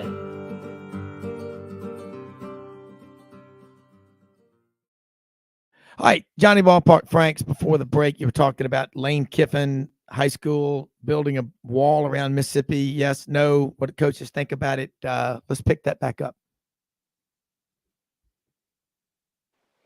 Yeah, as far as his question about building a wall around Mississippi, no, that has not been a priority for Lane whatsoever. He wants to cherry pick the 3 or 4 best players in the state and then leave it at B. Look, Lane Kiffin is no Nick Saban when it comes to recruiting. He doesn't put in the time, the energy, or the effort that a Nick Saban is going to put in. I mean, frankly, he came to Ole Miss at a perfect time where you have the portal. He reminds me a lot of AK, Andy Kennedy, that was at Ole Miss in basketball, where, they just want to develop you when you get there. They want to recruit you a few months before you sign. But this whole 4 years of rubbing your back all through high school, all that kind of good stuff. He's not one of those guys. Lane spends most of his time game planning, developing players. He's not this big bonanza recruiter by any means. Now, he's being saved because now you have the transfer portal. The portal, you're literally recruiting players for a week or two, and then they sign. Now you have the NIL, where it's not all about relationships. It's about money. So it was really a perfect timing for Lane Kiffin here at Ole Miss because, honestly, he probably would have gotten beat really, really bad in recruiting if he would have had to put in the time and effort that it takes at a school like at Ole Miss to win these recruits over. You can spend a little less time at schools like LSU and Alabama, which they do not. They're still spending those time. But when you come to a school like Ole Miss, you have to be like a Hugh Freeze. Instead of spending 70, 80% of your time game planning, you got to spend 70, 80% of your time recruiting. So Lane came at the perfect timing in this NIL and portal era here at Ole Miss. Johnny? Yeah, right. Well, and the part about it is something to watch out for because if that's your attitude, then Ole Miss is playing for third in the SEC West. Because look at what Alabama is doing. Look at LSU. LSU is like Florida State in the sense that they're getting, top 20 recruiting classes. But look at where Florida State's number one in the transfer portal, LSU not far behind. And I think now with name, image, and likeness, that's the combination for success. That's how you win division championships. That's how you win conference championships. And that's how you put yourself in position to win a national title as well. And if Ole Miss doesn't get that message, I think Ole Miss will be playing for third in the rest of Lane Kiffin's era at Ole Miss. Well, here's two things. One, he has had that kind of success in the portal, and he will have to continue to be a top 3 portal type ranking coach to be able to get past, that 1 or 2 spot because he's not going to do it in high school recruiting, right? Yeah. So he will have to do that in the portal to sustain that level. And 2, he's going to have to out-scheme other coaches and out-coach them on the field. And 3, you got to get a better quarterback and system than the Alabamas and LSUs, right? So that's how we all know that a great coach and a great quarterback overcomes a lot of deficiencies in other areas. So there are ways to get to scheme around that, but you're right. It does make it mighty difficult if you are not getting a top 2 or 3 portal class each and every year here at Ole Miss. If Kiffin's not going to put in the time and effort to get top 5 high school classes. All right, along the lines of what Johnny just said, Yancy, and I mean, of course, nobody's trying to say, one way is absolutely right or absolutely wrong, but the state of Mississippi puts out a lot of good high school football players. I know for a long time per capita, I think Detroit City and Mobile per capita put out more players than any other cities in America and for the NFL. And Mississippi as a state per capita has put more players into the NFL per capita than any other state in America. So I look at Mississippi State, your big rival is, they've got the 2 county extension agents like Mr. Gimbel on Green Acres in every county. And they've always had that connection with rural Mississippi, the kids. And there's so many players that come from there. Kiffin's not like being dismissive though of the high school coaches, out in public, is he? I mean, do you see that? Because he's, they are the University of Mississippi, and Johnny, I got to tell you, I know a lot of Ole Miss grads and Ole Miss fans, and they do really well in the businesses that I know them in, really well. And now, I think what's happening is because they're not doing maybe the way Kiffin's doing high school with NIL and the portal, they're really starting to invest $10 million in that 4-week period when Kiffin and Auburn and Kiffin were flirting with one another. Over $10 million. That's a powerful statement. And what, Yancy, 4,500 or 5,000 new members of the Ole Miss NIL collective? Am I correct on all that? Yeah, during the month of the courtship with Auburn and Lane, I think it was 10.8 million, 5,100 members. So Yeah, there was a lot of, I guess the NIF fund, the Grove Collective, needs to send Auburn a thank you note. But but seriously, back to the point about high school recruiting. No, I mean he's not neglecting. Look, you still got Derek Nix on that staff that's been in the state of Mississippi for about 20 years on the Ole Miss staff through 4 or 5 head coaches. He's got great relationships with the high school coaches. But no, he's not trying to build that fence around the state of Mississippi as the original person had asked about, like maybe you said Nick Saban did with the state of Alabama at the beginning. He's really trying to spot recruit throughout the country. He's going to recruit the top 5 or 6 players out of the state of Mississippi really hard. And then after that, it's probably not going to happen. That's just the way that the trend has been. Yeah. Yancy, what is the perception of Lane Kiffin? Because from the outside, we earlier in the show, Rob was bringing up Jim Harbaugh in Michigan. How many times will this happen with all the flirtation with Jim Harbaugh, where the fans finally give up and say, go ahead and go? This marriage with Lane Kiffin as head coach of Ole Miss from the outside, it doesn't look like it's going to last. It would be like 2 18-year-olds getting married and, people at the wedding saying, this isn't going to last. I mean, so outside of the state of Mississippi, no one really believes in this quote unquote marriage. Do the fans believe in the marriage? Well, it's kind of like the crazy metrics, right? You ever seen that video? Right. The hot red-headed girl? Right. Yeah. Tiffany, Brittany, Misty. We know them. It's the hot red-headed girl that's going to be a lot of fun, but it's going to crash. Is Kiffin a unicorn? Yancy? I think Yancy disappeared on that one. Well, I mean, Johnny, this Lane is like was God. He was God at Ole Miss. And that really changed a lot of attitudes. And look, let's be honest now. If Ole Miss would have lost these last 4 games and they would have won those games, right? And then people would have gotten over it a lot easier. But you combine the courtship. Yeah. Well, Yancy, you're fading out there, but come back in. Be fixed next year, right? Yeah. You start rolling up the wins again next year, and people forget about it in a hurry. But it definitely has changed the mood around Lane with Ole Miss, with the whole Auburn deal, and then losing out here in the end. But you know what? I think as quirky and weird as I don't know if that's a nice word to say, but it's kind of true. And there's nothing wrong with being weird. As Lane is, I think Ole Miss is a good fit for him because it allows him to be quirky and weird. It allows him to go for 4th downs on his own 9-yard line. It allows him to have complete control of the program where he can't get that anywhere else. He can do a lot of things at Ole Miss that he would not be able to do at other programs. So Ole Miss is a great fit for Lane.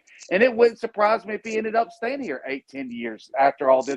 But it damn sure wouldn't surprise me if something crash and burn next year, the year after either.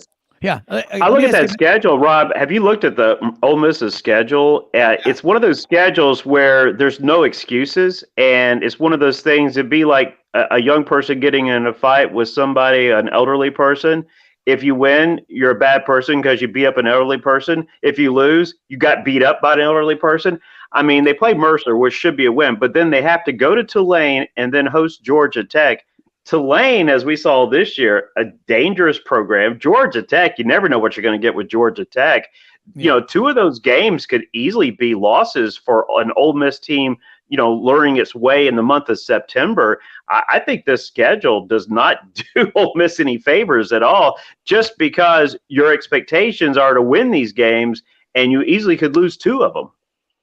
Oh, I mean, look, it will probably be the toughest schedule in the country next year after having one of the easier schedules, right, this year. So it kind of flip-flops. So, yeah, you got to play at Alabama. You got to play at Tulane. You got to play at Georgia. The list goes on. You got to play at Auburn. And don't think freeze. I mean, look, he has 2 games circled on his calendar right now that he will be game planning all season. And it will be Ole Absolutely. Miss and Alabama. Don't you forget that now. I mean, Freeze will have Ole Miss circled in Alabama. Those will be his 2 games every single year. And there's not a better game planner in America than Hugh Freeze, I'll tell you that. So, I mean, it is going to be murderous. But luckily, they're going to have now, they return 18 starters. They return 4 out of their 5 starters on the offensive line. Their quarterback, they return 6 out of their 7 top defensive linemen. Actually, 9 out of 10 out of their top defensive linemen. 4 out of 5 linebackers. Their entire secondary. I mean, all their top running back in the SEC, arguably in the country. The pieces are there, right, to be really, really good next year. But man, there is no room for error with that schedule. Hey, Rob, think about this, and Yancy, a team that loses 4 straight, 5 out of their last 6. I'm going to give them the Mercer win, but Ole Miss could literally lose to Tulane, Georgia Tech, at Alabama, hosting LSU, hosting Arkansas. What happens if we are talking about a Lane Kiffin 1-9 in his last 10 games as head coach of Ole Miss? Oh man, that would be it would be the crazy metrics, right? Back to that with the redheaded girl. I mean, I'm sure he would get another year. They would not fire him off of 1 year, but then the 2024 would probably be do or die. So I mean, if something like that, you are 1-9, 2-10. Look, that is not going to happen. Let's be honest. But I mean, let's say they go 5-7 next year. When you do got to play at Tulane, at Georgia, at Auburn, at Alabama. I mean, look, and then you're still talking about programs like Mississippi State that anything can happen. The Egg Bowl, Arkansas, we all know how wild that series is with Ole Miss. I mean, let's say hypothetically that did happen. Then 2024 would be the very utmost importance. But I think I really do with all the important pieces coming back next year. And I think Lane's going to have a chip on his shoulder going into next year with what happened here at the end of this year. I really expect a good season from Ole Miss next year. Derek Nix, you talk about him. I think he's out of Etowah County, Gadsden, Alabama. He's kind of Ole Miss's equivalent of Frank Wilson, legendary high school and college coach in Louisiana, out of New Orleans at LSU. If I got a guy like Derek Nix on my staff, which you do at Ole Miss, I give him a lifetime meal ticket to the Beacon. And then from that point on, I'm just telling you, man, I let that guy go recruit, because he is one of those guys, Johnny and Yancy, that you call a super recruiter. And you get a kid on that campus at Ole Miss, watch out, man. Anything is possible. I love Oxford. I absolutely love that town. And I love Mississippi, and that's something. And Lane Kiffin, he's having fun, but I think Johnny's brought up some great. This sounds like the old TV show Crossfire with Pat Buchanan and whoever else was unfortunate enough to be on there. Is like, watch out, Johnny Ballpark Franks with a blow to the head. Here comes right. Sorry. Hey, I like the hypotheticals. Hey, Johnny, I love this. I think this is one of the best segments we've ever had, and have got Johnny the cross-examiner on there. Objection overruled. Yancy, you have the floor. Let me say this real quick. Let me say this real quick before we go. Go out and help people with the expectation of getting nothing in return.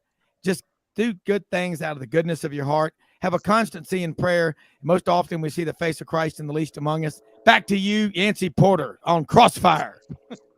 Yeah, I mean, Derek, look, there's a reason why, Derek was Coach Nix was the first coach that Hugh Freeze called when he got that Auburn job, right? He wanted to come to OC over there. I mean, he's invaluable to Ole Miss. I mean, this is, I believe, his 5th head coach he's been on here at Ole Miss. He's got all the recruiting contacts, and it's not all about recruiting. He's a great coach, and he's a great influencer on the staff. You'll never see Derek without a big smile on his face. He's just one of those happy people, and he keeps people calm.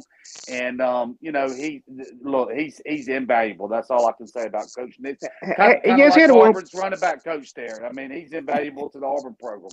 kind of the same. Yancy, what about analyst Kevin Norwood? You know, he was a clutch receiver for Alabama, part of those two national title teams in 11 and 12. He's an analyst with Ole Miss after being in that same position with Louisiana last year. You know, he's an individual that I've gotten to know really well over the last 10 years, and I've been following his coaching career after his playing days were over. You know, what impact does he have with Ole Miss as far as that coaching staff and those players? All right, 1 minute to go. I think he's doing a great job, to put it short. I think he's really meshed in well with Lane. And as you know, he will continue to kind of lean on his contacts over there at Alabama to get further help for the program. Yeah.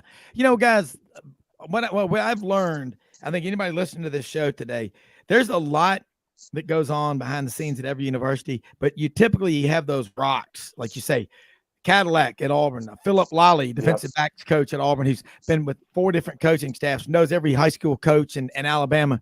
You've got to have those guys. And I think, Yancy, you and I talked about it, and Johnny, I talked to Yancy a lot about it during Kiffin and Auburn's back and forth.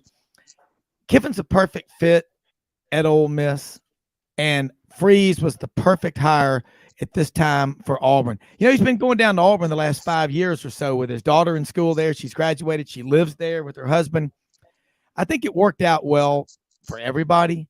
But at the end of the day, it's like in the sales business, man.